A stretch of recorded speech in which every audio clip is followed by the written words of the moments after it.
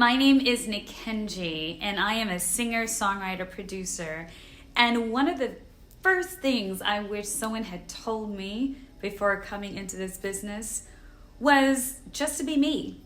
I mean, honestly, there's been so many scenarios where I was trying to be somebody else or trying to interpret what someone else is perceiving of me and trying to be that. But in reality, just being my best me was the way to go. Okay, the second thing I wish someone told me was the process of finding front money investors for projects.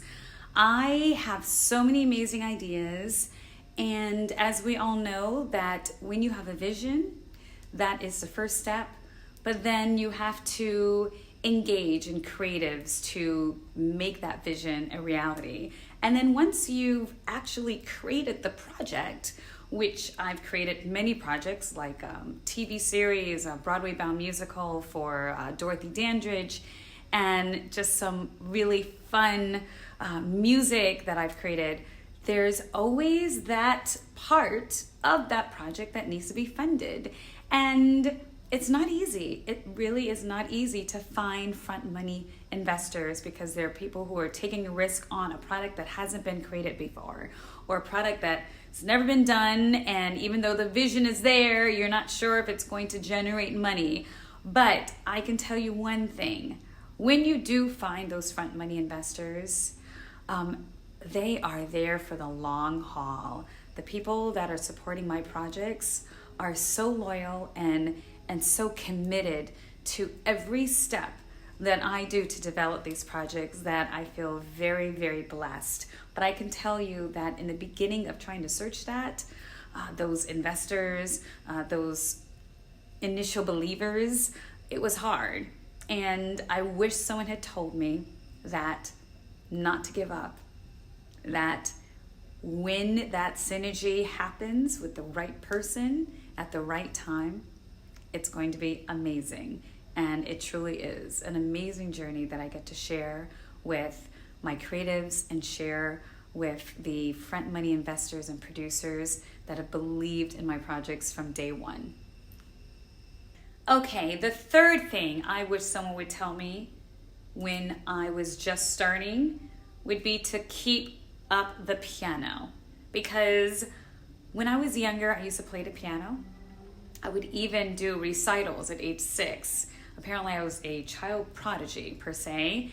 And I started learning how to sing at age 10. And once I started singing, sing, I did not want to do the piano anymore. And I refused to do it. And now as a singer, producer, composer, wow, how the piano skills, keeping that up until now would have been awesome. And it's such an intricate part of singing and music making and creating that even though I'm able to do that, it's much more difficult for me versus if I was someone who could just be like Liszt or Chopin going right? So I really am jealous of those singers who are able to do all of that and also sit at the piano and just play for days. The Aretha Franklins of the days. So piano is so important if you're pursuing music.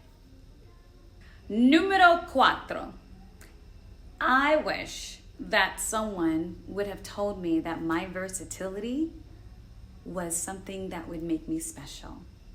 I remember for many years, I would keep the opera separate from the pop and the pop separate from the opera.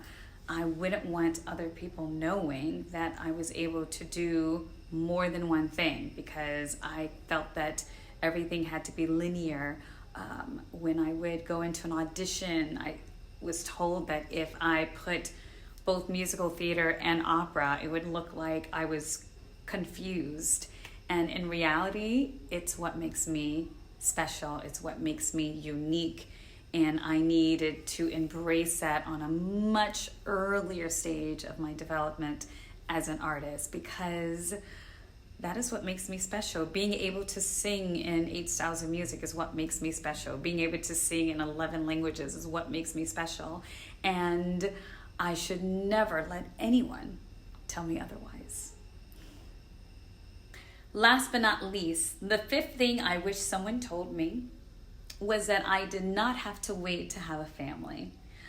I thought for many years that I had to wait before having a child because it would disrupt my career. I wouldn't be able to travel as much, and I'd have to choose. And fortunately, I threw those ideas away from people who might have said that to me, and just seeing how the world has changed as well.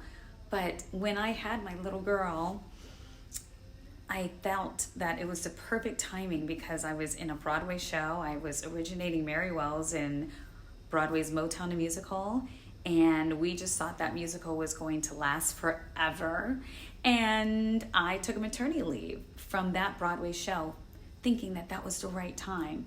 And when I had my little girl, and I came back to the Broadway show, we were told that we only had 7 more weeks to the run.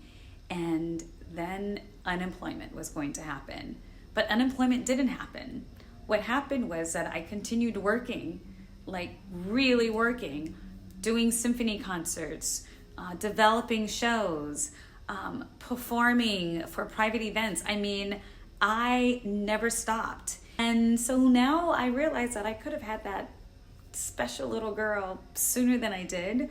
I always know that things happen for a reason. But it's good to know that I'm in an industry that welcomes that and embraces motherhood. So for those who are contemplating whether having a child will disrupt your career, it won't. It'll just enhance it. It'll make you a better person. And I love being a performer, and I love being a mom.